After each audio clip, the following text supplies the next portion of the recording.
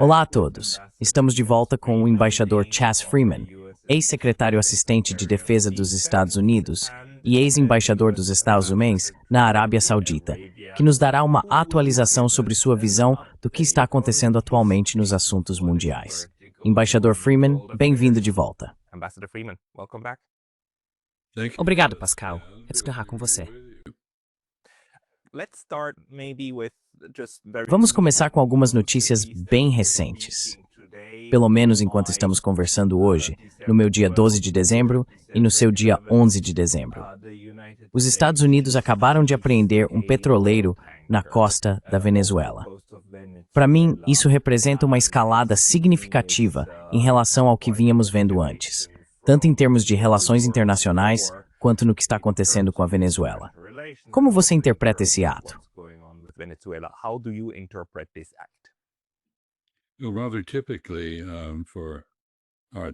De forma bastante típica para os nossos tempos, a mídia americana está inteiramente focada no aspecto pragmático disso, de que se trata de uma escalada de pressão contra Nicolás Maduro e o governo da Venezuela. Mas outros, incluindo eu, veem isso com certa apreensão, porque é essencialmente um ato de pirataria. É a apreensão de um navio sem motivo. Há uma justificativa legal fraca apresentada para isso, de que o navio teria supostamente participado do transporte de petróleo do Irã para o Líbano, com o suposto envolvimento do Hezbollah, e assim por diante, e que, portanto, isso o colocaria sob sanções americanas. Mas as sanções americanas são unilaterais. Elas não têm validade no direito internacional.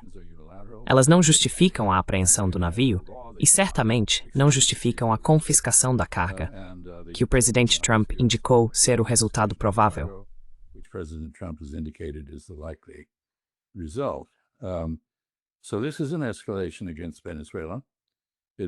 Portanto, isso é uma escalada contra a Venezuela.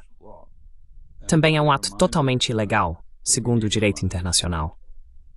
E é um lembrete, caso ainda precisássemos de neste ponto da história, de que as Nações Unidas foram fundadas com base na suposição de que os 5 membros permanentes e os demais membros do Conselho de Segurança fariam cumprir a Carta e o direito internacional. Não isentariam Estados clientes da aplicação da lei, nem ignorariam o direito internacional em relação às próprias ações. Claro, suponho que a genialidade disso tenha sido voltada principalmente para evitar guerras entre os membros permanentes do Conselho de Segurança e aqueles que haviam sido derrotados na Segunda Guerra Mundial, Alemanha e Japão. Mas ainda assim, ficou provado nos últimos anos que não há absolutamente nenhuma atenção, especialmente por parte dos Estados Unidos, aos detalhes do direito internacional, que simplesmente ignoramos e violamos à vontade. Which we simply ignore and violate at will. Podemos talvez também falar sobre o contexto mais amplo, o fato de que o transporte marítimo em geral agora é claramente um alvo de guerra. Quero dizer, este navio foi, antes de tudo, apreendido em águas internacionais, o que mesmo como um ato unilateral, na verdade não pode ser feito, pelo menos não sob as regras atuais. Antes do século XIX, existia o conceito de tribunais de presas e coisas do tipo, em que os estados simplesmente apreendiam os navios uns dos outros, mas isso já era considerado um ato de guerra.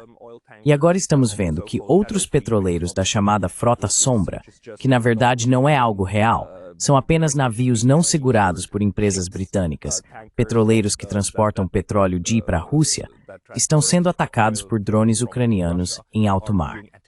Quero dizer, tudo isso é extremamente problemático, já que se trata essencialmente de águas internacionais, que devem estar abertas a todos.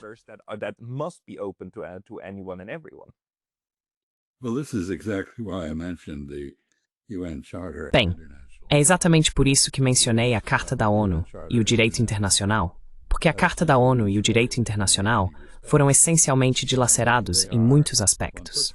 Eles são invocados quando alguém quer apresentar argumentos jurídicos em circunstâncias específicas.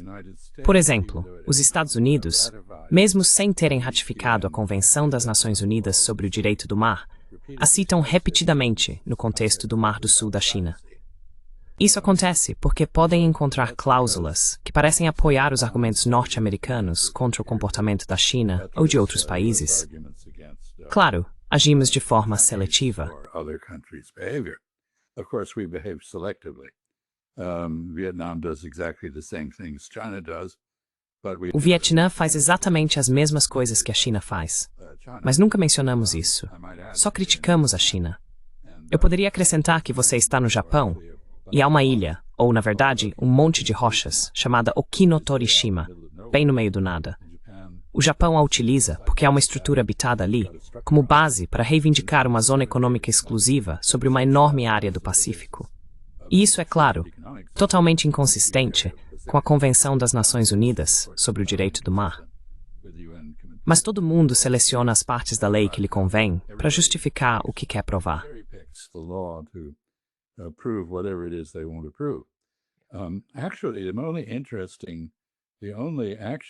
Na verdade, a única ação contra navios que vi recentemente, e que é consistente com o direito internacional, são os ataques iemenitas a embarcações com destino a Israel. Eles os realizam sob a autoridade da Convenção do Genocídio, que impõe a todos os países o dever positivo de fazer o que puderem para prevenir o genocídio. Mas é claro, os Estados Unidos gastaram na verdade $1 bilhão tentando subjugar Iêmen para proteger Israel e impedir esses ataques à navegação. Não funcionou. E agora, como você mencionou, estamos vendo ataques a embarcações em cada vez mais contextos. E todo o tecido jurídico que antes protegia esse tipo de interação entre Estados foi descartado.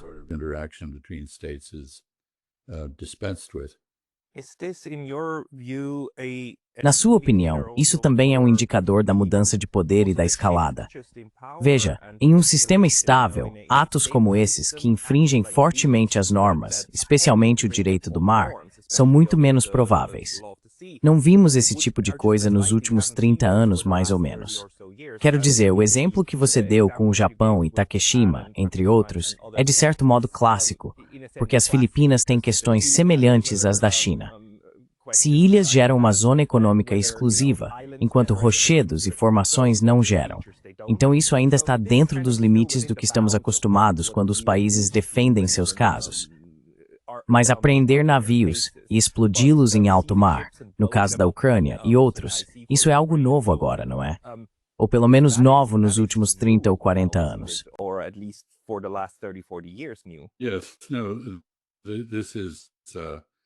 Sim, estamos em um período de colapso das normas globais. É interessante você mencionar isso. As várias reivindicações no Mar do Sul da China e assim por diante. Claro, houve um tribunal arbitral da Convenção das Nações Unidas sobre o Direito do Mar que considerou a questão, precisamente apenas a questão, de se ilhas que são mal habitáveis ou apenas artificialmente habitáveis poderiam gerar uma zona econômica em oposição a um mar territorial, o que elas podem fazer.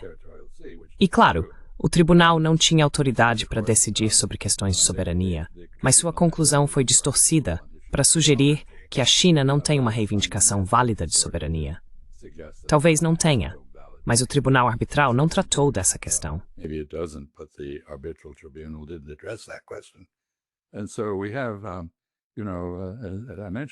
E assim temos, como mencionei, Okinotorishima, que também é um atol, como o atol Johnson dos Estados Unidos, o qual os Estados Unidos afirmam gerar uma ZE, quando na verdade não gera.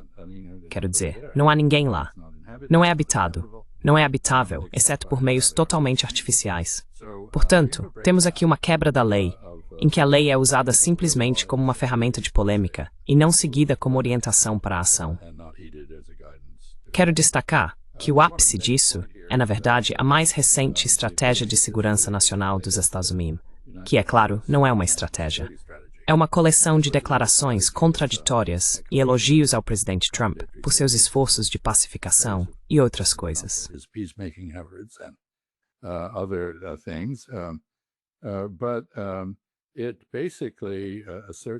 Mas isso basicamente afirma um direito dos Estados Unidos, sob uma correlação de Trump à doutrina Monroe, de ignorar a soberania de todos os países do hemisfério ocidental, enquanto exige que todos os outros países respeitem a soberania americana.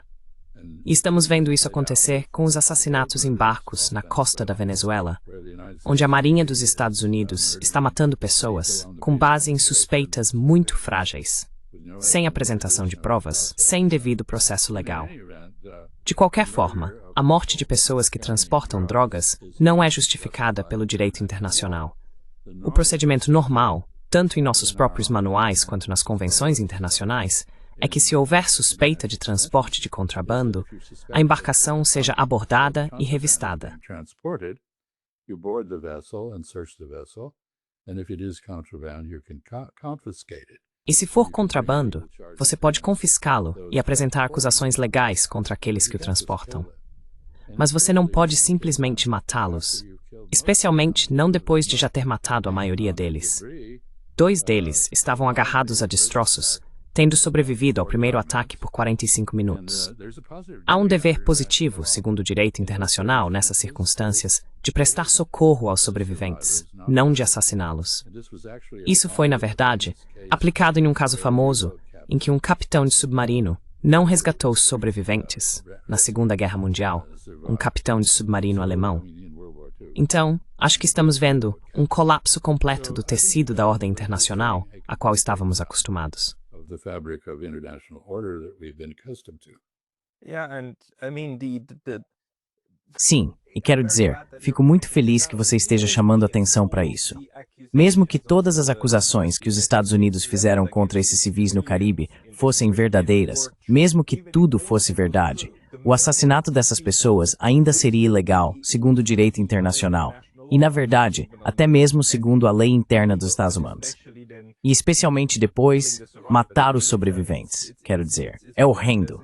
É surpreendente para mim que a mídia norte-americana ainda descreva isso como supostas violações da lei, como se alguém atirasse na cabeça de outra pessoa na rua e depois relatasse um suposto assassinato. Não, quero dizer, acho que a imprensa está se comportando de uma maneira totalmente e repugnantemente irresponsável. Eles estão agindo apenas como escribas do governo, em vez de repórteres independentes.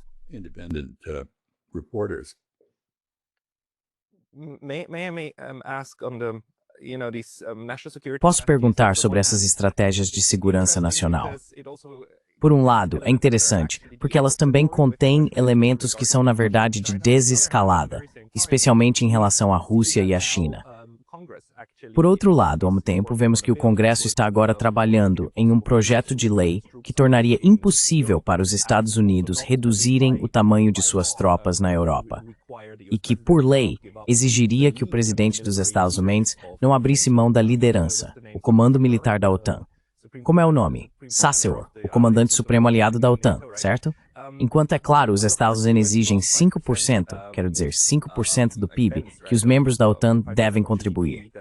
Então, no geral, não há realmente na política dos Estados Unidos em relação à Europa, ah?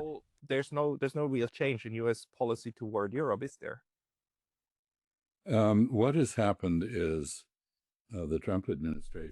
O que aconteceu é que o governo Trump, nessa chamada estratégia, transformou os aliados europeus em auxiliares na luta contra a China. Ou seja, não há necessidade de os Estados Unidos considerarem os interesses dos europeus ou consultá-los sobre qualquer coisa, mas é dever dos europeus apoiar os Estados Unidos contra a China e também seguir nossa liderança na normalização das relações com a Rússia, o que considero algo positivo. Mas os europeus não parecem nem um pouco inclinados a seguir esse caminho. Portanto, há aspectos adicionais nisso que são bastante extraordinários. There are additional features of this which are quite extraordinary. On one hand, the United States reasserting... Por um lado, os Estados Unidos, ao reafirmarem a doutrina Monroe, reivindicam uma isenção de qualquer intervenção europeia no hemisfério ocidental ou de qualquer influência sobre a política americana. Mas, ao mesmo tempo, afirmam o direito de interferir na política europeia para promover os interesses de forças populistas de direita, como a Alternative für Deutschland. Não tenho nada contra a Alternative für Deutschland. Não concordo com sua postura xenófoba e anti-imigração, mas ela, de fato, tem algumas posições sensatas sobre as relações da Alemanha com a Rússia e sobre a guerra na Ucrânia, que, veja bem, não são belicistas. É interessante para mim que os alemães tenham tanto medo de sua própria sombra histórica que aparentemente são incapazes de raciocinar. Eles precisam seguir a multidão na Europa. Along with the crowd in Europe, and the crowd even though Britain has led. E o público, embora o Reino Unido tenha deixado a União Europeia, parece ser principalmente liderado a partir de Londres, com Paris ocasionalmente tentando se inserir no diálogo e não tendo muito sucesso. Mas enfim, eu acho que a Europa está francamente uma bagunça, com uma liderança muito fraca e políticas contraproducentes que debilitam em vez de revigorar. E eu sei, como você sabe, acho que já discutimos isso antes, o Instituto Australiano de Política Estratégica. Um instituto que monitora 64 áreas de ciência e tecnologia para determinar quais países estão na liderança. Agora diz que a China está à frente em 57 categorias, a Coreia do Sul em 2 e os Estados Unidos em 5. E o impulso da Europa não está nessa lista. Europe is not on that list. That is really extraordinary, given that Sabe, isso é realmente extraordinário, considerando que Francis Bacon e outros foram os fundadores do método científico moderno e que a Alemanha, especialmente antes da década de 1930, era a líder indiscutível em ciência e tecnologia no mundo. O seu próprio país, a Suíça, tem um histórico notável de inovação, e ainda assim, a Europa não está fazendo o que é necessário para permanecer competitiva. Muito pelo contrário. Está se isolando dos recursos russos, que são essenciais para sua competitividade. Não foi ela quem explodiu o Nord Stream 2. Acho que foram os americanos. Mas mesmo assim, não houve qualquer protesto da Europa em relação a isso, nem mesmo da Alemanha. Quero dizer, o chanceler foi a Washington e ficou em silêncio, enquanto Biden exaltava as virtudes de perder o gás russo para a Alemanha.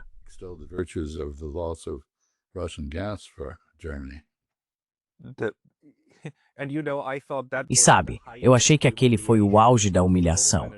Quando um chanceler alemão fica ao lado de um presidente americano e basicamente ouve: nós destruiremos essa infraestrutura quando quisermos.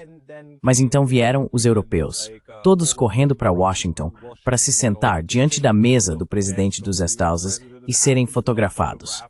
Acho que só a Meloni percebeu que estava sendo humilhada. Os outros pareciam felizes em se sentar à mesa do chefe. É como se a Europa, neste momento, merecesse a humilhação, porque a convida. Então eu só me pergunto quanto tempo vai levar até que percebam isso.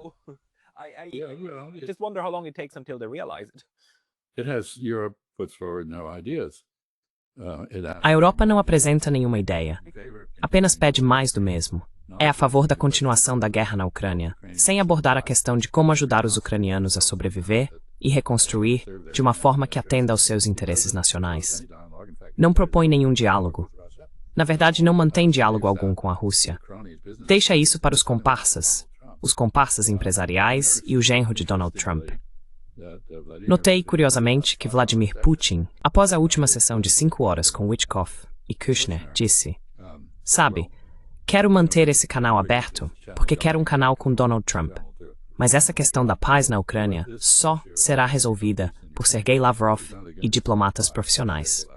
Isso foi, digamos, uma declaração do tipo: gosto de conversar com Witkoff e Kushner, mas no fim das contas, isso não vai produzir resultado algum.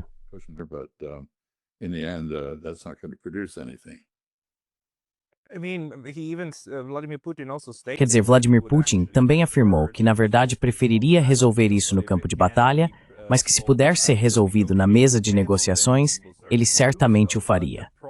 Mas o processo, obviamente, não é algo que leve ao que os russos esperariam, que é, você sabe, um processo sério, grupo de trabalho por grupo de trabalho. Quero dizer, você como diplomata, poderia talvez nos dizer o que seria necessário, quantas pessoas estariam envolvidas e quantas questões esses grupos teriam que enfrentar. Quero dizer, seria enorme, não seria, se você realmente tentasse fazer isso de forma séria.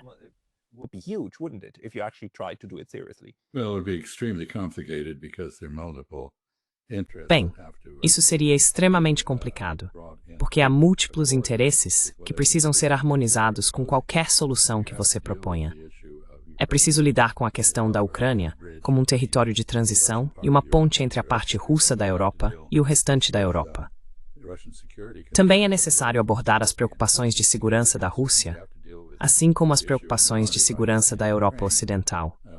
Além disso, é preciso tratar da questão dos direitos das minorias na Ucrânia, que foi o que causou o início dos conflitos civis e acabou levando à invasão. Quero dizer, depois do golpe de 2014, as ações da Rada para tornar ilegal o uso do russo para fins oficiais, queima de livros russos e assim por diante.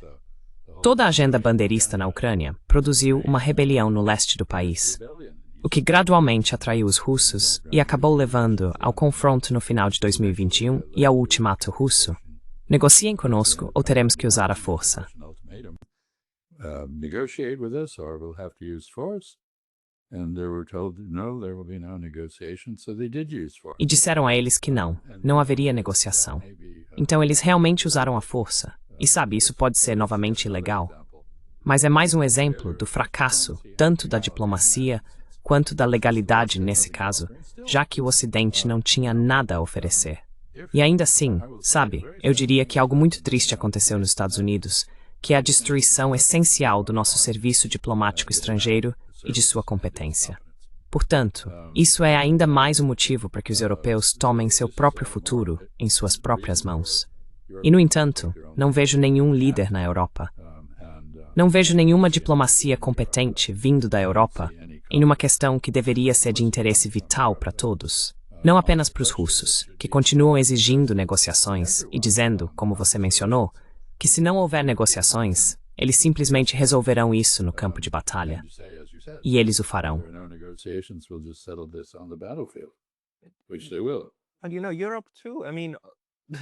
E você sabe, a Europa também. Quero dizer, os diplomatas desapareceram. A principal diplomata da União Europeia, a chefe política dessa área, é Kaja Kallas. E isso é algo muito triste.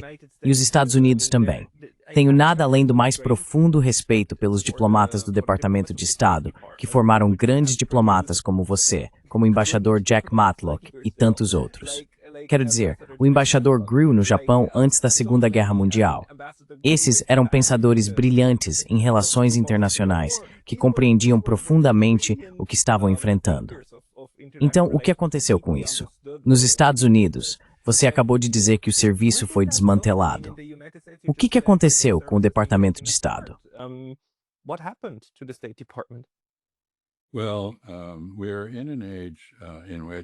Bem, estamos em uma era em que, e a chamada estratégia de segurança nacional realmente reflete isso, o teatro político substituiu o raciocínio estratégico. Assim, temos um fluxo constante de acordos de paz, que não são realmente acordos de paz, assinados com grande pompa. Veja, Donald Trump afirma ter feito a paz entre a Índia e o Paquistão, o que devo dizer não vi muita evidência, entre Ruanda e a República Democrática do Congo, entre a Tailândia e o Camboja, que voltaram a se bombardear, entre a Armênia e o Azerbaijão, entre Israel e os palestinos. Onde está a paz? Há cessar-fogos que encobrem as causas das guerras, mas não as enfrentam, e que não são nem aceitáveis nem duradouros para as partes envolvidas. Então, o que é tudo isso? É teatro político. Não é um esforço diplomático sério. Não há nenhum Bismarck por aí neste momento.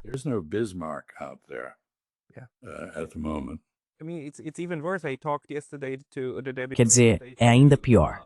Conversei anteontem com a Anurada Chenoy, da Universidade Jawaharlal Nehru, e ela disse, veja, é um insulto à Índia quando os Estados Unidos dizem que intermediaram a paz, porque a posição da Índia é que a disputa com o Paquistão é bilateral e será tratada bilateralmente. Eles não querem um terceiro envolvido nisso. Então o presidente dos Estados Unidos afirmar isso é na verdade tanto um insulto quanto uma ofensa.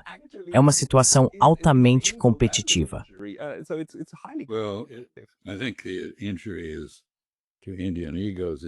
Acho que a ferida no ego indiano é ainda maior, porque o Paquistão conseguiu bajular e agradar Donald Trump e reconstruir uma relação com os Estados Unidos, que estava muito ruim, em algo próximo.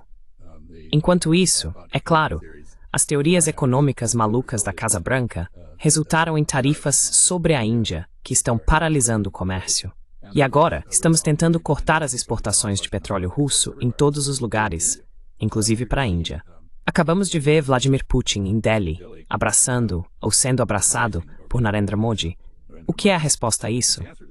Quero dizer, eu diria que a Índia, além de ser humilhada pela alegação espúria de que Donald Trump criou a paz entre ela e os paquistaneses, também está vendo Islamabad superá-la em sua corte a Washington.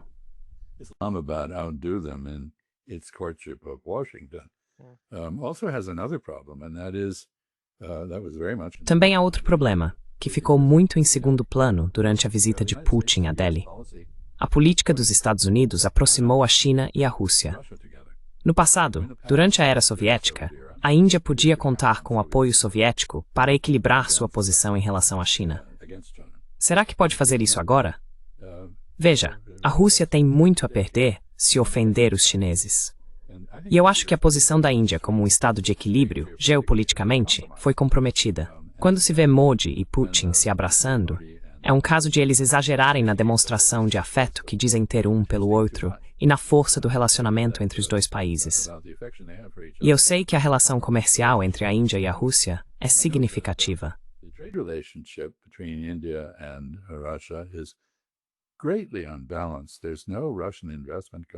Extremamente desequilibrado. Não há investimento russo entrando na Índia, o que seria o esperado quando há um enorme superávit comercial a seu favor. É assim que os Estados Unidos lidaram com a China, ou com a Índia, ou em uma era anterior, com o Japão, Taiwan, ou qualquer um dos países da ASEAN. Quando você tem um superávit comercial, pega o dinheiro e o investe na outra parte, equilibrando o comércio. Pois bem, há quase 100 bilhões de dólares em exportações russas para a Índia, pelo que me lembro, e talvez 5 bilhões de dólares em exportações indianas para a Rússia. E mesmo assim, nada está acontecendo, apesar de toda a conversa corajosa. De qualquer forma, acho que a posição intermediária da Índia foi comprometida pelos desdobramentos geopolíticos, e isso não está totalmente refletido na política indiana.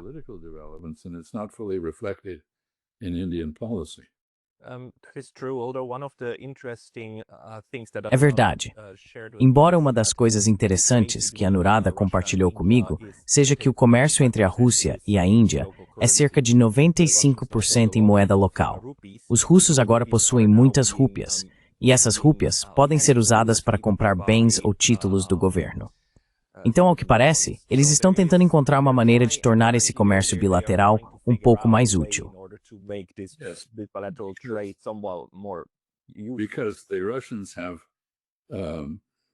Porque os russos têm muito mais rúpias do que sabem o que fazer com elas, e não as querem. Então agora estão procurando alguma forma de usar essas rúpias. E isso seria na Índia. Bem, você sabe, a maneira mais óbvia de fazer isso seria investir na Índia. Mas como eu disse, as empresas russas não parecem estar nem um pouco interessadas nisso. E eu sei, pela minha própria experiência como presidente de uma empresa internacional de desenvolvimento de negócios, que não é fácil fazer negócios na Índia. A Índia tem um nível muito alto de protecionismo em sua política e um sistema interno muito burocrático. Às vezes também é bastante politizada em sua abordagem aos investidores estrangeiros, que acabam tendo problemas por um motivo ou outro. Então, sabe, se você quer ter investimento estrangeiro, precisa se tornar atraente. E a Índia realmente não conseguiu isso no grau que deveria.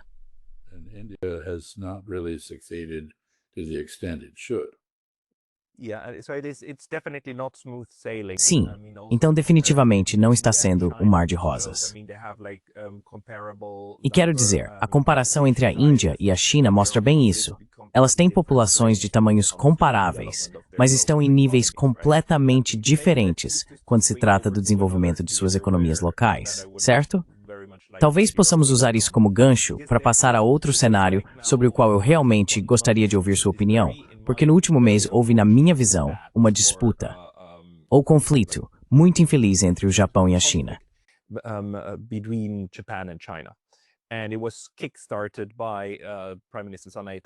Isso foi iniciado pela primeira-ministra Sanae Takeuchi, que fez, na minha opinião, um comentário realmente tolo no Diet japonês, o parlamento do Japão, dizendo que se a China continental usasse sua marinha contra Taiwan, ela consideraria isso uma ameaça existencial ao Japão. Obrigado. E isso permitiria que ela mobilizasse as forças de autodefesa. Agora, isso enfureceu enormemente a China. Como você interpreta isso e o que aconteceu depois? Porque a reação da China foi nesse Smoke muito mais forte do que eu imaginava.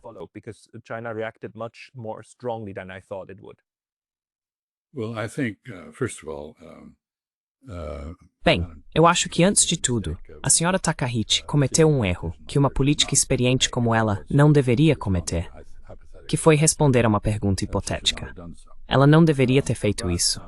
Mas ao fazê-lo, revelou sua verdadeira atitude, que já é bastante conhecida. Ela sempre teve uma relação muito próxima com Taiwan e com as forças pró-independência de Taiwan. E claro, como tenho certeza de que seus ouvintes sabem, um dos primeiros atos do Japão na construção de seu império após a restauração Meiji foi a conquista de Taiwan.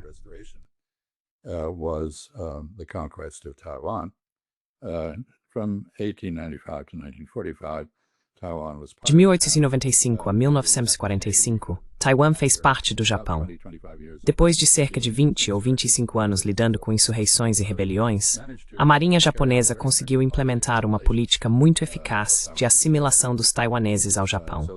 Os taiwaneses instruídos conduziam seus debates em japonês, não no dialeto local, nem em mandarim. Então, qual foi a justificativa para a expansão do Japão em direção a Taiwan? Em parte, tratava-se de um complemento à invasão da Coreia, o deslocamento da suzerânia chinesa naquela região. Mas isso só teve efeito pleno em 1905, 10 anos depois de o Japão ter tomado Taiwan. Basicamente, o Japão havia sido anteriormente invadido pelos holandeses a partir de Taiwan. Os portos de tratado que os holandeses impuseram ao Japão por um tempo foram impostos a partir dali.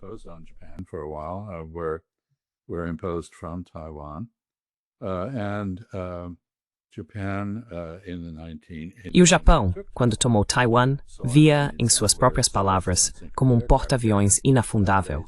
Essa expressão era originalmente japonesa, não americana. E o Japão usou Taiwan para esse propósito. Quando conduziu suas invasões das Filipinas, de Hong Kong e da Indochina, lançou-as a partir de Taiwan. Portanto, a visão estratégica japonesa sobre Taiwan, que Douglas MacArthur, quando era o vice-rei de fato nos quartéis do exército japonês em Tóquio após a Segunda Guerra Mundial, aceitou, era de que Taiwan é estrategicamente muito importante para o Japão. Pode ser usada pelo Japão contra outros, mas também pode ser usada por outros contra o Japão. E tudo isso está profundamente enraizado no raciocínio estratégico japonês, e os chineses estão bem cientes disso. Strategic reasoning, and the Chinese are well aware of it, and of course Taiwan is still separated from the rest of. E é claro, Taiwan ainda está separada do restante da China, e isso é uma humilhação para o nacionalismo chinês. Ambas as revoluções, a de 1911 e a de 1949, tinham como objetivo eliminar a presença militar estrangeira, as zonas de influência estrangeira e os senhores da guerra, ou seja, forças independentes que não aceitavam a autoridade do governo central sobre o território chinês. Mas em Taiwan, ainda existe não apenas uma zona de influência estrangeira, como também tropas americanas, agora em violação de nossos acordos com a China. Portanto, trata-se de uma questão de grande sensibilidade, especialmente à medida que a China se aproxima, em minha opinião, de uma decisão para resolver a questão de Taiwan e fazer a Taiwan uma oferta que ela não possa recusar. And make Taiwan an offer that it cannot refuse. That is what all the military demonstrations are about. É disso que tratam todas as demonstrações militares. Não acho que os chineses queiram uma guerra por causa de Taiwan, embora possam estar preparados para travá-la se necessário. Mas eles querem ser capazes de intimidar Taiwan e, como prescreveu Sun Tzu, vencer sem lutar. Nesse contexto, e isso também se reflete na legislação interna e nos registros diplomáticos em Tóquio, surge Takeuchi e basicamente afirma que Taiwan faz parte do perímetro defensivo do Japão. Wei havia ponto envio de forças japonesas, is a strace som rospa på Japan. Because it would affect Japan's survival. That word is used in earlier language. Essa formulação é usada em políticas japonesas anteriores, e a reinterpretação do artigo 9, que trata do elemento pacifista da Constituição japonesa, baseia-se na expansão gradual do que é considerado aceitável em termos de defesa coletiva. E defesa coletiva, para o Japão, significa unir-se aos Estados Unidos. Isso, por sua vez, significa juntar-se aos Estados Unidos em uma intervenção para salvar Taiwan de ser reincorporada ao restante da China. Tudo isso é, portanto, muito alarmante para os chineses. É algo estrategicamente significativo, e o momento dificilmente poderia ser pior, porque o efeito líquido das declarações do primeiro-ministro Takeuchi é encorajar as pessoas em Taiwan a evitar negociações com o continente ia contar com o apoio de Tóquio, assim como de Washington, caso os chineses decidam que precisam recorrer à força. The Chinese decide they have to use force. So this undercuts the entire Chinese. Então isso enfraquece toda a estratégia chinesa para uma solução pacífica. E é por isso que estamos vendo a reação que está ocorrendo. Por outro lado, eu diria que a exigência chinesa de que a primeira-ministra Takeuchi repudie suas próprias palavras é politicamente impossível para ela. Portanto, o que basicamente estamos vendo da China é uma exigência ao Japão para que se livrem da primeira-ministra Takeuchi, que ela seja substituída como primeira-ministra. O que permitiria um novo começo. E isso é muito, muito difícil, mas não impossível, dada a fragilidade de sua coalizão no Diet. Given the fragility of her coalition in the Diet. Ela tem uma posição extremamente fraca, embora atualmente seja popular entre o público, em parte por ser a primeira-ministra. Mas para o Japão é ainda pior, porque veja, antes do comentário dela, não havia uma decisão clara, nenhum, faríamos ou não faríamos. O primeiro-ministro Abe lidou com isso de forma muito estratégica, e agora nunca será possível voltar atrás. No, that's true. Well, this is, of course, similar in a Não, way, isso é verdade. to the Joe Bem, Biden isso é claro, semelhante de certa forma, paralelo aos 4 comentários de Joe Biden, que violaram a Lei de Relações com Taiwan, a qual não estabelece um compromisso de defender Taiwan, mas sim de ajudar Taiwan a se defender, enquanto se aguarda uma reunificação, caso esse seja o resultado das negociações através do Estreito. Isso é ambiguidade estratégica. A primeira-ministra Takeuchi acabou de destruir a ambiguidade estratégica com a qual o Japão havia contornado essa questão, e ela colocou de volta bem no centro. Isso é, claro, muito mais consequente do que a anexação de Ishihara da Senkaku pela cidade de Tóquio, a nacionalização das ilhas Senkaku, que havia sido tratada, você sabe, como vamos não lidar com isso. which had been handled, let's not deal with this. Both sides had agreed. Suddenly, Ambos os lados haviam chegado a um acordo, e de repente, sob o governo Hashimoto, deixamos de contornar a questão. Agora, cada lado é obrigado a demonstrar que tem uma reivindicação válida sobre esse conjunto inútil de rochas. 5 rochas no meio do nada, com um nome francês que foi traduzido para o japonês, os pináculos, acho eu. De qualquer forma, você sabe, o Japão tem um problema com a China, com a Coreia e, em certa medida, com outros países da Ásia-Pacífico, porque apresentou desculpas sem um arrependimento convincente. it has offered apologies without convincing remorse. Sabe, o que mais me arrependo aqui é que o Japão, por um lado, fez uma coisa muito boa. Disse, nunca mais guerra. Certo? E escreveu isso na Constituição. Há um bom estudo mostrando que isso não foi apenas uma adição americana, mas que os próprios japoneses também participaram disso. Let us remember, however, that Constitution Lembremos, no entanto, que a Constituição foi redigida por americanos e que as mesmas pessoas, as mesmas famílias que governavam o Japão na era do militarismo, agora estão governando o Japão. militarism are now running Japan. Verdade. Verdade. Vou te enviar um artigo interessante que mostra como pacifistas japoneses de esquerda estiveram envolvidos na redação do artigo 9. Mas deixando isso de lado, eu queria dizer que essa ideia de nunca mais guerra é, na verdade, muito, muito forte entre a população. Mas isso também significa que tudo o que aconteceu na Segunda Guerra Mundial, todo o sofrimento, é projetado sobre a própria guerra. Mesmo japoneses de esquerda hoje em dia, bem intencionados, não entendem muito bem por que os chineses ainda são tão amargurados com isso. Porque guerra é guerra, certo? Todo mundo morre. Pessoas morreram em Hiroshima, pessoas morreram em Nanquim. Guerra é guerra. E isso é... No, that's the point I'm making. That Isso é algo que... for a variety Esse é o ponto que estou tentando destacar, por uma variedade de razões muito complexas, mas que em parte acredito terem suas raízes na tradição confucionista do Japão. ancestors as war criminals. Você não pode condenar seus ancestrais como criminosos de guerra. Simplesmente não pode fazer isso. A whole series E por causa disso, tivemos toda uma série de questões e debates sobre livros didáticos, como caracterizar o que aconteceu. Grande parte do que foi escrito é exoneratório, sem aceitar a culpa. E isso é lido por coreanos e chineses, que ressentem profundamente essa postura. Lembro-me de uma controvérsia sobre livros didáticos quando eu era encarregado de negócios em Pequim, e tinha um bom amigo no Ministério das Relações Exteriores que me convidou para um jantar no Tingliguan, o pavilhão para ouvir os rouxinóis, lá no Palácio de Verão. E eu dizia a ele, discutindo, graciosamente era preciso encontrar pastões e resolver essa questão. Really, you've got to find a way to patch this up. I mean, Japan is far too important a country. Quero dizer, o Japão é um país importante demais para que você seja emocionalmente hostil a ele, do jeito que aquelas manifestações estavam acontecendo e tudo mais. E ele era uma pessoa muito calma. Nunca o vi perder a paciência, exceto dessa vez. Ele ficou roxo de raiva e disse, 5 milhões de mortos, e você quer que eu esqueça isso? Meus parentes morreram.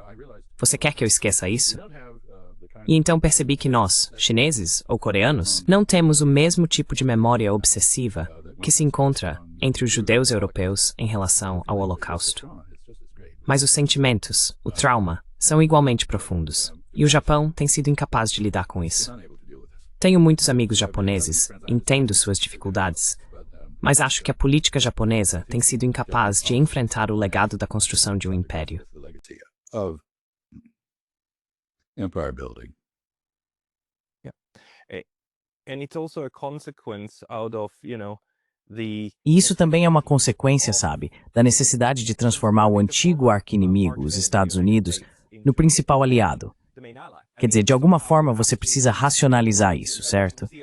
E a maneira de fazer isso é dizer que, tipo, a própria guerra é o problema. Mas isso te isenta do que aconteceu, do que você fez antes. E isso é uma grande questão. E eu...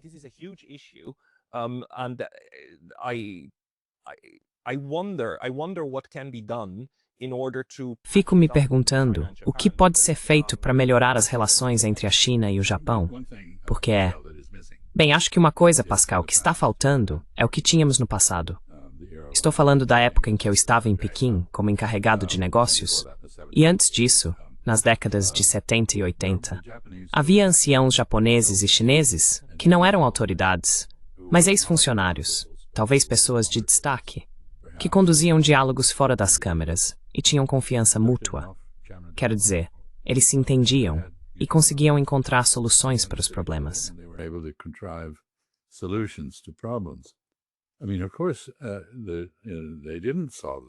Quer dizer, é claro que eles não resolveram o problema.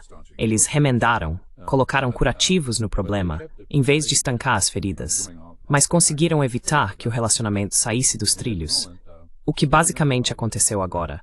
Quero dizer, no momento, não há uma saída óbvia, exceto a renúncia do primeiro-ministro Takeuchi. Você sabe, o primeiro-ministro? Sim, Takeuchi. Então acho que esta é uma situação muito ruim, porque, entre outras coisas, se de fato essa for a única solução, os japoneses ficarão humilhados com isso. E humilhar os japoneses não é uma boa ideia.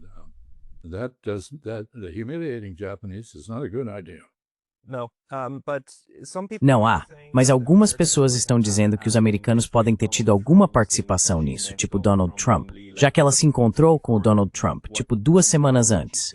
O quê? Antes do quê?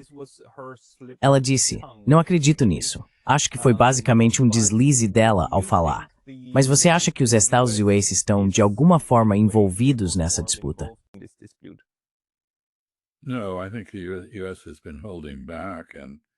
Não, acho que os Estados Unidos têm se contido e basicamente aconselhado ambos os lados, como tentei fazer no incidente no Tingliguan que mencionei, sabe, para acalmar as coisas e encontrar uma solução.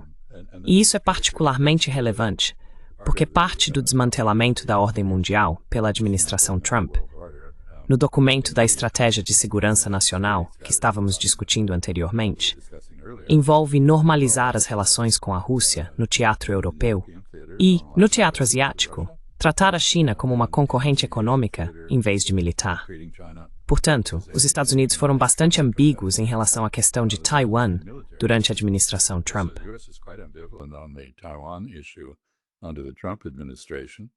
And I note that President Trump, whose vanity is immense, E observo que o presidente Trump, cuja vaidade é imensa, quer ser homenageado em Pequim em abril.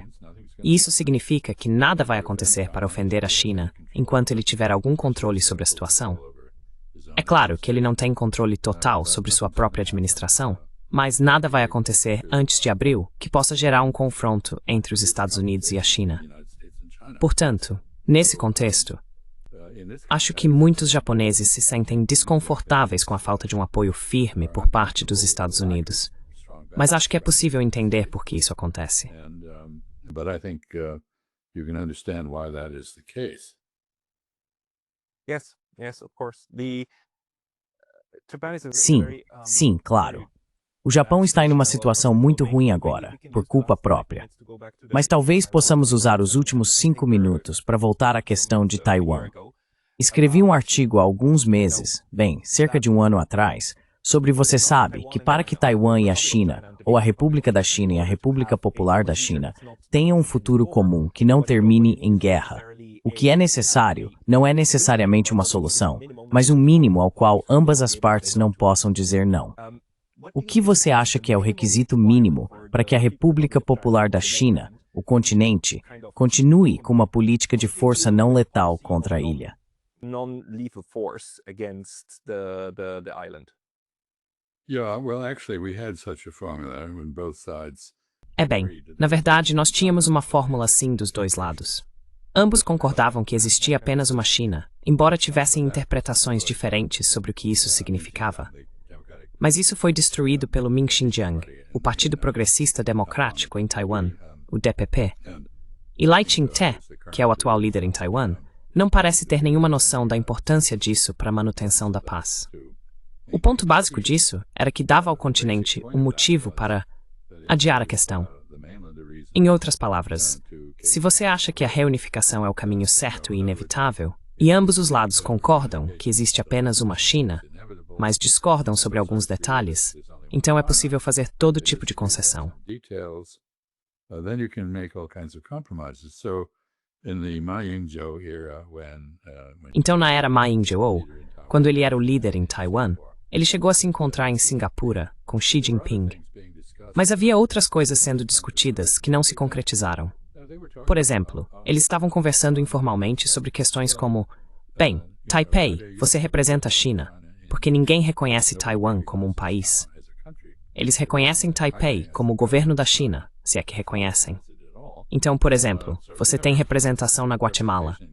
Por que não fazemos um acordo em que você tenha representação e forneça serviços consulares a todos os chineses em Taiwan e no continente?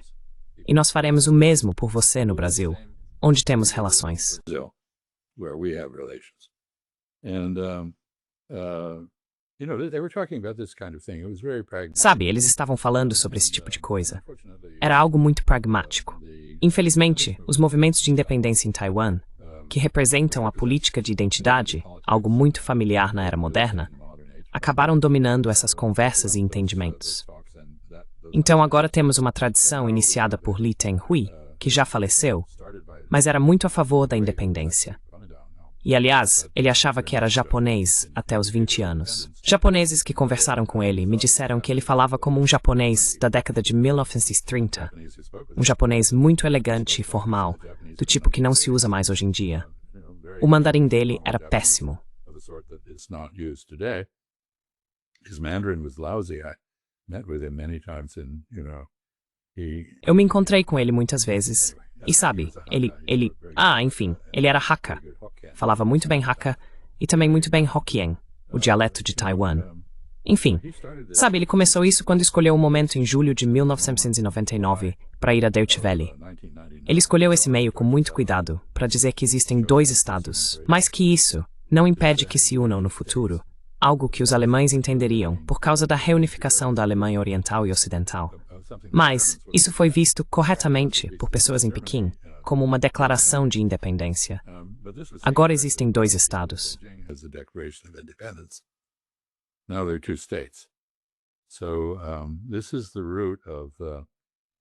Então, essa é a raiz da tese do DPP, que acabou levando o partido a repudiar a doutrina de uma só China que havia sido a ficção jurídica, por assim dizer, que facilitava o intercâmbio político através do estreito e dava a Pequim um motivo para não se preparar para tomar Taiwan pela força. É interessante. Até 1999, quando Lee Teng-hui anunciou essa doutrina dos dois estados, a China não construiu uma única embarcação de desembarque. Eles não fizeram nenhum esforço. Retoricamente, falavam em libertar Taiwan do Kuomintang, mas na prática não faziam nada. Depois disso, começaram o processo de modernização militar voltado para Taiwan, o que agora resultou em uma vantagem militar chinesa esmagadora no Estreito de Taiwan. An overwhelming Chinese military advantage in the Taiwan Strait. If U.S. and Japan go to war over Taiwan. Sabe, se os Estados Unidos e o Japão entrarem em guerra com a China por causa de Taiwan, nós seremos muito gravemente prejudicados. Os chineses também serão, mas eles têm uma capacidade de reconstrução que nós não temos. Então sua pergunta é boa, mas eu não sei como voltamos a isso. Acho que os chineses ficariam satisfeitos com um acordo que tornasse a reunificação o resultado lógico da demora. Mas, se o resultado lógico da demora for o aumento dos compromissos do Japão e dos Estados Unidos em manter a separação de Taiwan do continente, que foi o que a declaração de Takeuchi pareceu significar, então não acho que tenhamos uma base para a paz contínua. Then I don't think we have a basis for continued peace.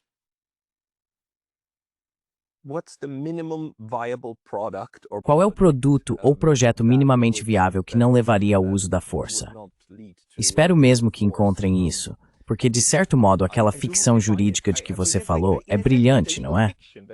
É como se ambas as partes a aceitassem por motivos diferentes, e isso mantém a paz, mesmo sem resolver o problema. É como em TI, quando você tem um bug, ou você corrige o bug ou cria uma solução alternativa. Você cria uma solução que contorna o problema. É como... Well, this is very Chinese. I've often said. Bem, isso é algo muito chinês. E eu costumo dizer, pensando na questão de Senkaku ou de Diaoyutai, que se os japoneses fossem chineses, eles encontrariam uma forma de desarmar a situação. Se você se lembra, Jinmen e Mazu, Kinmen e Mazu, que fazem parte da província de Fujian, os chineses de cada lado da guerra civil atiravam uns nos outros em dias alternados. Então, segunda, quarta e sexta, os comunistas chineses atiravam no Kuomintang, e terça, quinta e sábado, o Kuomintang revidava.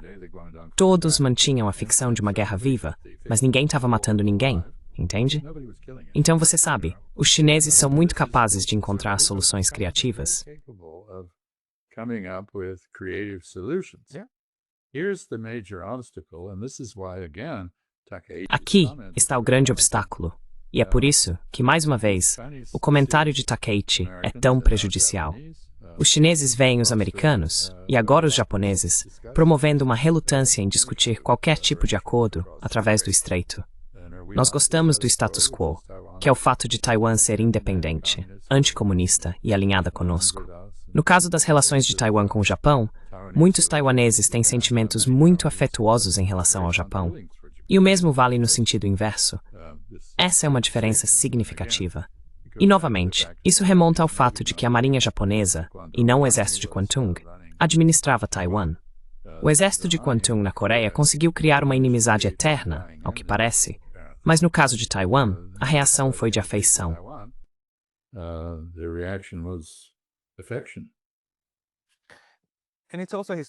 E também é uma questão de memória histórica que funciona de maneiras diferentes. Quero dizer, os japoneses também causaram bastante dano em Singapura, por exemplo, mas as relações entre Singapura e o Japão são excelentes.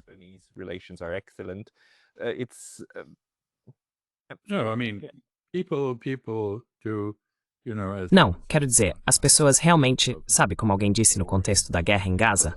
Coisas acontecem. Mas sabe, isso não é uma desculpa. Gostaria de te enviar algo que escrevi em um longo voo de Washington a Taipei, chamado Mesmo Estreito, Sonhos Diferentes, sobre as atitudes das pessoas do continente, de Taiwan, dos japoneses e dos americanos, sobre o que é essa situação e como ela surgiu. Talvez você ache interessante. Vou ver se consigo encontrar uma cópia disso. Foi publicado, mas não tenho uma cópia da versão publicada à mão. I don't have a copy of the published version handy. If you can send it to me, I'll also try to. Se você puder me enviar, também tentarei disponibilizá-lo para outras pessoas que queiram ler. Eu sempre pergunto às pessoas onde elas devem ir para encontrá-lo. Quero dizer, você, embaixador Freeman, você tem sua própria página, onde reúne todos os seus escritos também. Então vou direcionar todos para lá. Há outro lugar onde as pessoas deveriam ir para encontrar o seu trabalho? No, but I think on the issue of U.S.-China relations, Não, mas acho que sobre a questão das relações entre os Estados Unidos e a China, a palestra que dei na Universidade Brown, há cerca de uma semana, vale a pena assistir. Há um vídeo dela, ou você pode ler a transcrição. Nós realmente não falamos sobre as relações entre os Estados Unidos e a China, mas o esforço para reduzir as tensões e lidar apenas com questões econômicas é uma empreitada muito arriscada. Pode não funcionar. Existem questões de segurança subjacentes que são muito sérias, algumas das quais já discutimos. Então, falei sobre isso de forma bastante direta, e presumo que você tenha visto. it's pretty bluntly, yeah. And I assume you've seen that. Yes, I did. And Sim, eu li, e também o texto que você escreveu. Vou direcionar as pessoas para ele e também enviarei cópias pelo Substack. Embaixador Chas Freeman, muito obrigado pelo seu tempo hoje. Thank you so much for your time today. Have a great Tenha um ótimo dia, Pascal. You too.